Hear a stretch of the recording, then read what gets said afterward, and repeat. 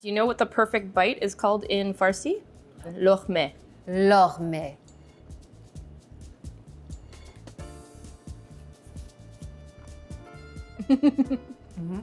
This is beautiful, Erin. Thank you. I'm glad you like it.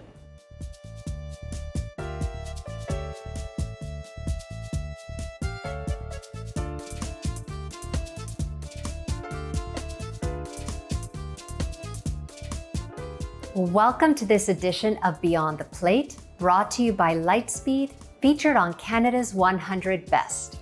We are in Montreal, in Little Italy, at newly launched restaurant June, where I will be meeting Chef Erin Mahoney. Today, we will head over to the Jean Talon market to collect beautiful fresh ingredients and then head back into her kitchen and prepare an authentic Armenian dish. Stay with me, it's going to be nothing less than scrumptious.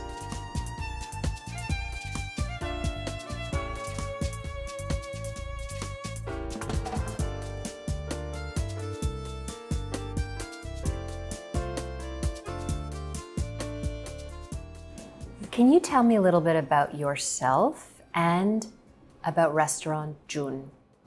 Myself, I'm a Montreal girl, born and raised. I've been cooking professionally for almost 15 years now. June is my baby, and we opened it at the end of September, but it's been, I guess, maybe 4 years in the making. Can you tell me about the food and what has inspired your menu? I've always eaten Iranian food. My husband is Iranian, so we were looking for what our niche would be. Armenia shares a border with Iran, and I realized that there is a huge commonality in the food culture, definitely. And in researching Armenian foods, I discovered Georgia. The idea for June kind of started with a little grain, and then it evolved into something really, really huge.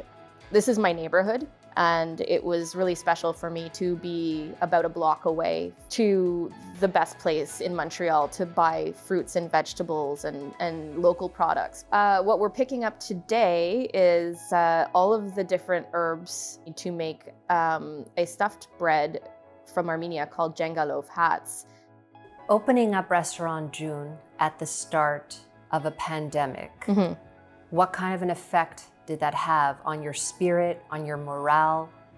You're gonna hear me say the word lucky a lot, because despite all the stuff that happened, that we were like the construction setbacks and only being open for 10 days and then having the second lockdown happen, I got to keep working towards opening my restaurant, but all the time, like really taking solid notes on what was working and what wasn't and what we thought would work for us, making plans, making backup plans for everything.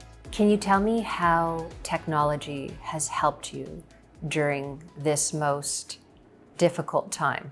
When we were open and we were trying to pivot from being a fine dining restaurant for that week, there's a lot of Lightspeed support that is available to restaurant owners.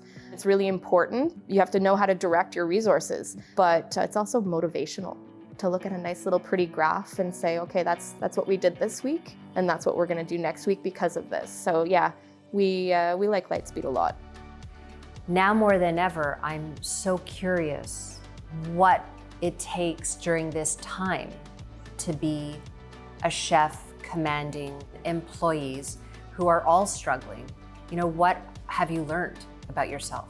My philosophy as a chef has always been this, but I think it's even more important now because of the pandemic, is to build a team, and that's a unit. It has to move as one, but it's comprised of individual people that have their own realities, and it's not going to be the same from one person to the next. So I think that's where being a chef becomes a little bit hard, but that's your responsibility, is to motivate each person individually, but also as a team, and to drive that team forward to reach the goal that you're trying to reach. Chef, a toast to you. Thank you. It was my first adventure in such a long time, and I thank you for doing it together with me. Cheers. Cheers.